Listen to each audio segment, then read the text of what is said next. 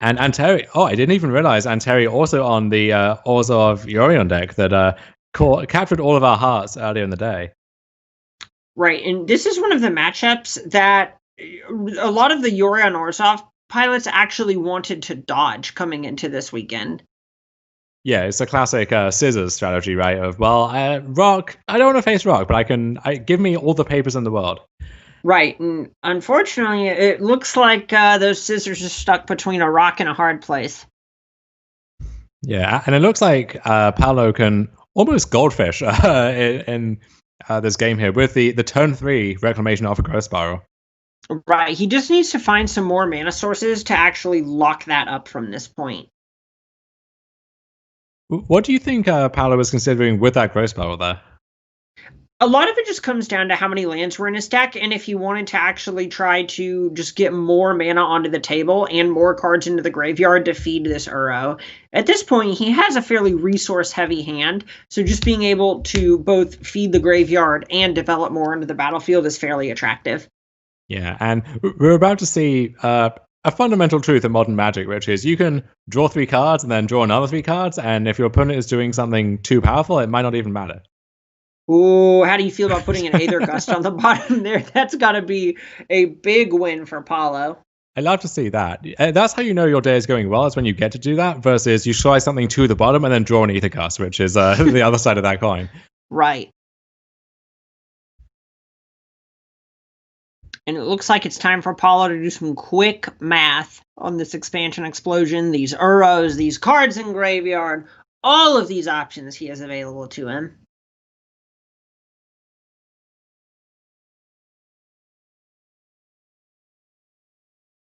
And Uro is the growth spiral that we all deserve. He'll be. Can he chain together the 2 Uros on this turn? I suppose he can if he wants to. Or this might just be a medium-sized explosion or Shark Typhoon.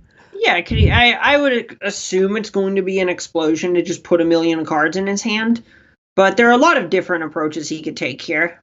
Yeah, Fabrizio thought that he'd drawn a lot of cards. Well, in fact, let me tell you. I'll be the one discarding to hand size. No. Very much. I'm the world champion. Sit down. 3 cards. Whew, I remember when I drew 3 cards. It was right before I drew 2 more cards. Okay, so here's a way in. Yeah. Hey, Doom Foretold will gobble up the Reclamation.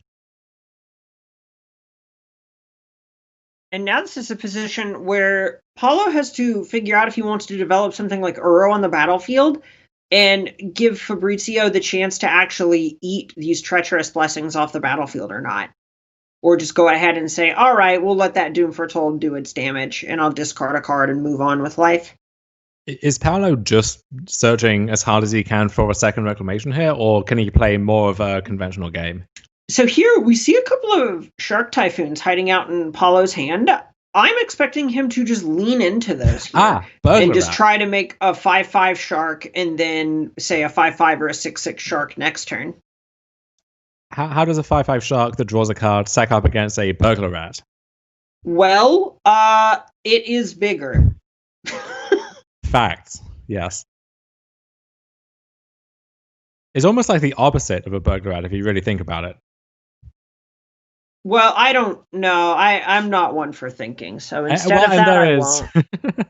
And there is the second Reclamation to put this game out of reach for Fabrizio.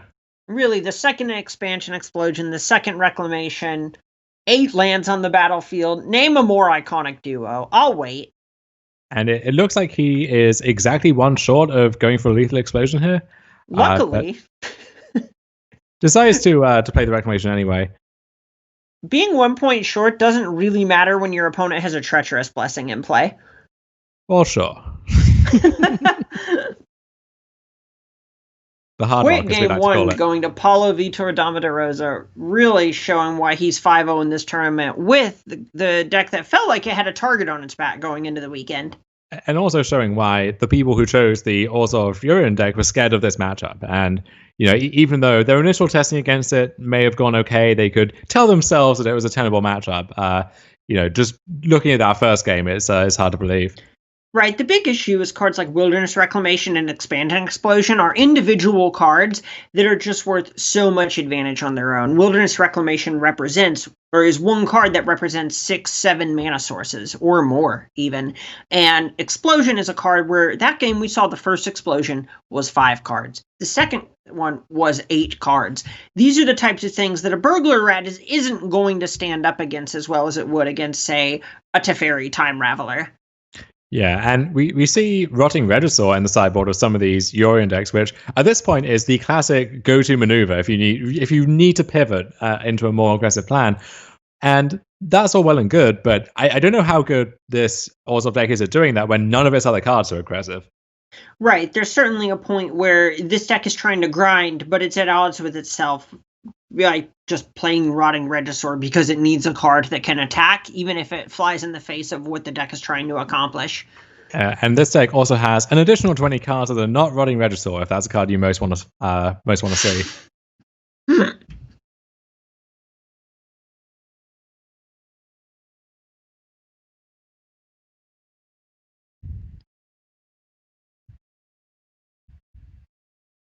An interesting hand for Paolo. He has 2 copies of Mystical Dispute, which you only get the discount if you hit a Yorion, which just so happens to be half blue.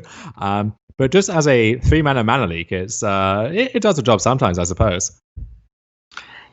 Yeah, so this is just a situation where in a slow tap-out mid-range deck, like this Yorion Orzhov deck, just having cards that are close to cancel or mana leak is actually going to be fairly strong.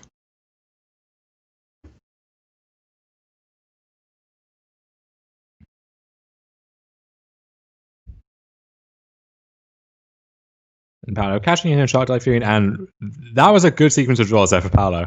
We're about to develop a Reclamation, get to pass with 2 counter spells open, with the Explosion to power out next turn if he wants to. Right, this is just exactly how Paolo drew it up, what he needs to be happening in order to just put this game out of reach. He even drew the red source that he was missing for the Explosion. Look at that, D-Spark on the Wilderness Reclamation with enough mana to pay for Mystical Dispute. Yeah, and if those were 1-mana Mystical Disputes, he could he would happily spend both of those to keep his Reclamation, but he can't. D-Spark is not a blue card. Right, absolutely.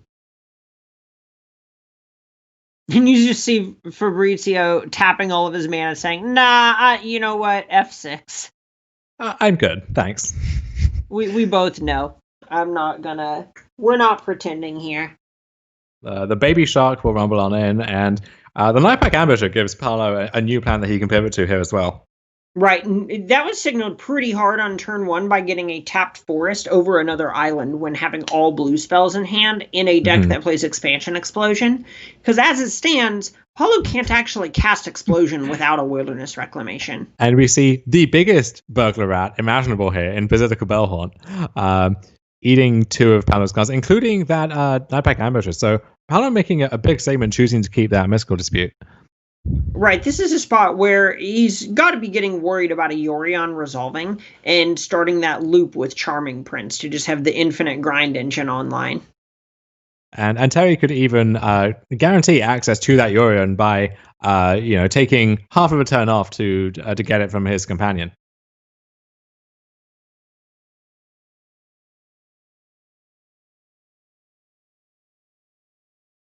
We do have a Euro here, and I have to imagine if Fabrizio had a way to cleanly answer that, we might be seeing it right now. Well, Doom Foretold's not that far off, right? Yeah, I mean that is going to do it.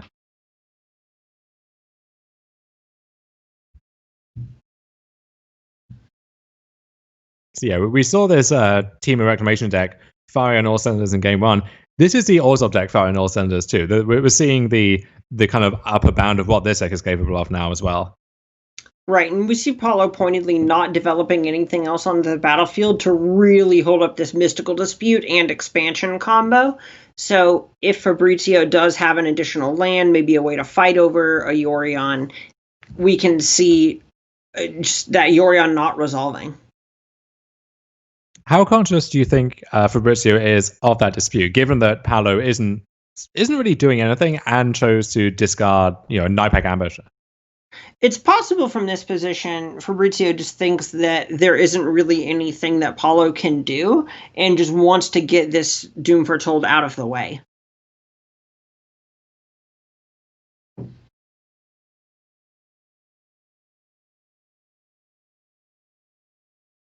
Spiral Fine, Shark Typhoon. Looks like Paulo's just weighing how far away he is from cashing in his graveyard for an Uro.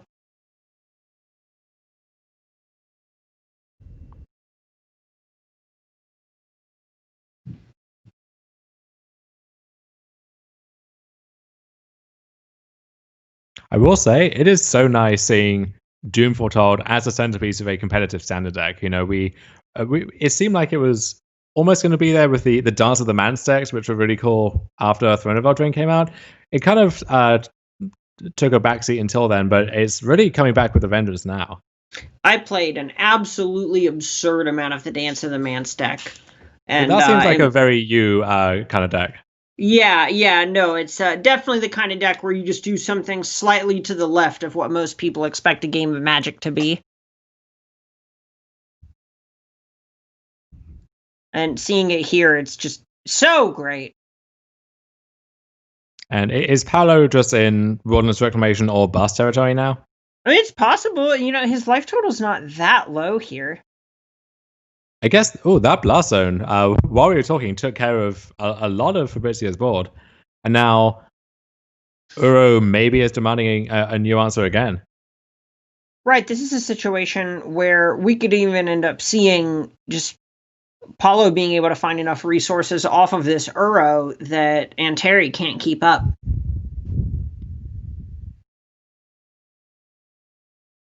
If there's a card in standard that gets you back into these games where you're just behind on every resource, Uro can do the job.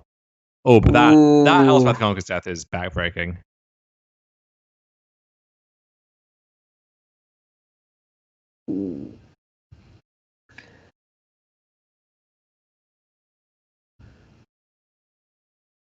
Okay, so we get a game 3 between two of the most distinguished players in our tournament here.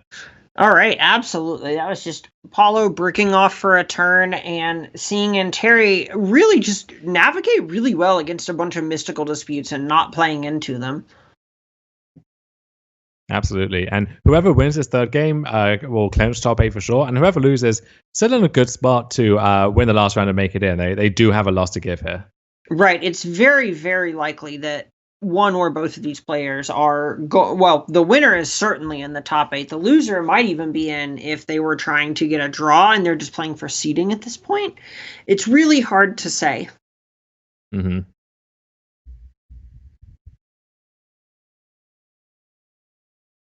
Paulo with a snap keep. He has a Wilderness Reclamation. I see a Wilderness Reclamation, I keep.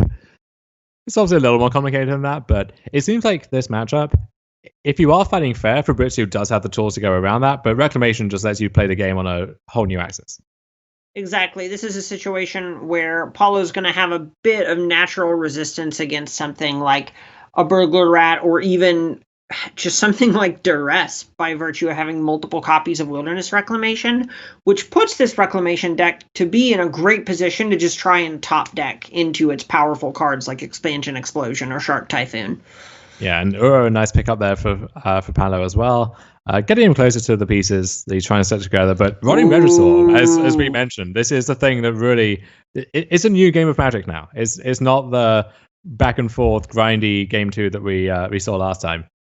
Okay, so here's the thing where there's an Expansion Explosion and a Wilderness Reclamation. So if Paulo can just find a land off the top, this explosion will kill Rotting Regisaur.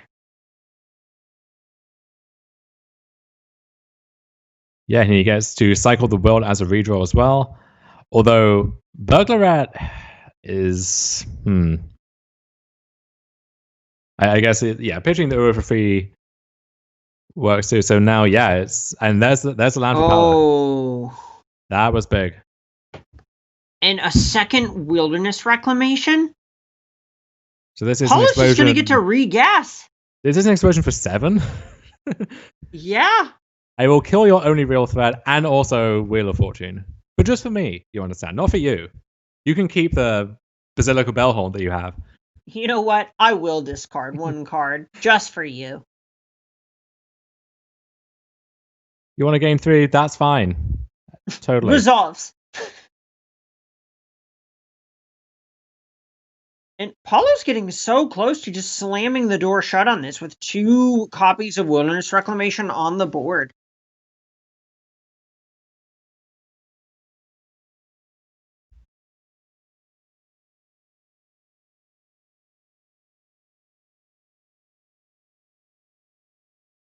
And we just see Paolo just Paulo has... covering bases here with this Blast Zone situation. Oh, we could get so many burglar rats with that Blast Zone. Oh, I think he might. Paolo playing the role of Exterminator here. Also has 2 Tark Typhoon and a Wolf, just in case. A real embarrassment of riches.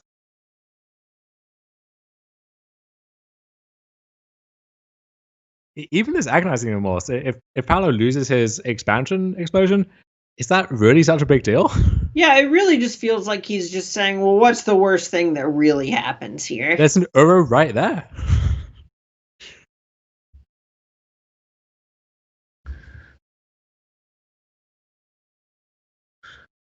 And this is what, turn 6 for Paolo? And this is what we're doing? Yeah, this is just absolutely bananas. It is off the rail. He has discarded, what, 4 cards? And that does it. So Paolo Fido Damo Rosa continues his undefeated streak in this tournament. Move to 6-0, a lock for top 8. In all likelihood, a lock for first seed as well. So we will be seeing Paolo play some more Magic this weekend, and I'm very excited about that. But we will go to a short break because our next round is almost ready. So